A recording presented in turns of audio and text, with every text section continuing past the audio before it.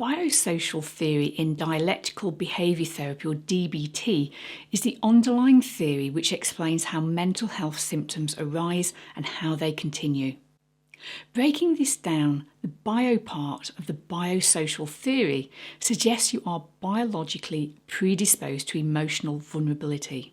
So traits such as high emotional sensitivity and impulsivity are biological and part of your genetic makeup, which means they are inherited as a trait. Biological disposition is different for everyone. We all are born more or less sensitive, anxious and impulsive, and this forms a basis for how you react with your world. For example, Sandra has very intense emotional reactions, and it can take days to emotionally calm down once she is upset. This vulnerability is influenced by Sandra's biology, but it's the interaction between Sandra's biology and her environment that has caused problems, not biology on its own. As a child, Sandra's parents would hit her every time she was emotionally upset, and therefore Sandra missed the opportunity to learn more effective ways to manage her emotions. Sandra became more and more emotionally dysregulated. Her thinking became distorted, she couldn't control her impulses and experienced problems processing information.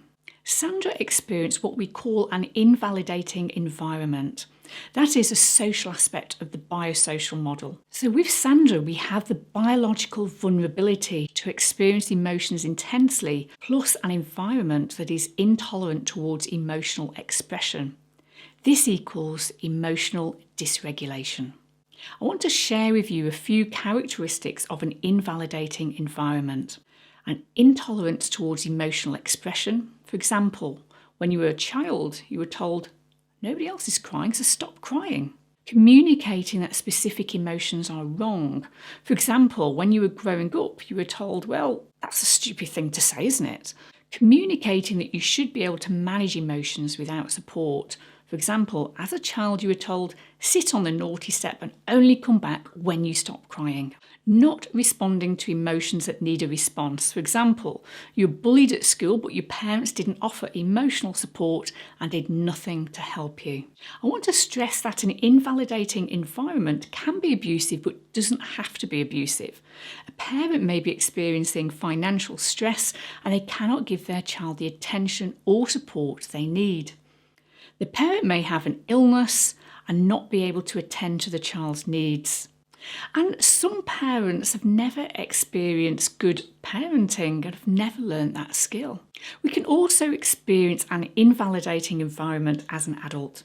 For example, a partner or friend that ignores you when you're upset can maintain and intensify your biological sensitivity. So if you have a biological disposition to be emotionally sensitive and you find yourself in conditions or surroundings that don't complement you, the interactions that can happen can lead to mental health issues such as anxiety, depression, eating disorders, substance abuse and borderline personality disorder, to name just a few.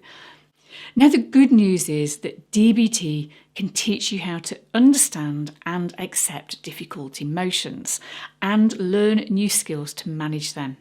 To find out more about DBT and practice some of the exercises, please subscribe to my YouTube channel. You may also be interested in the video on the screen now. Just click the screen to view the video. And I look forward to seeing you soon.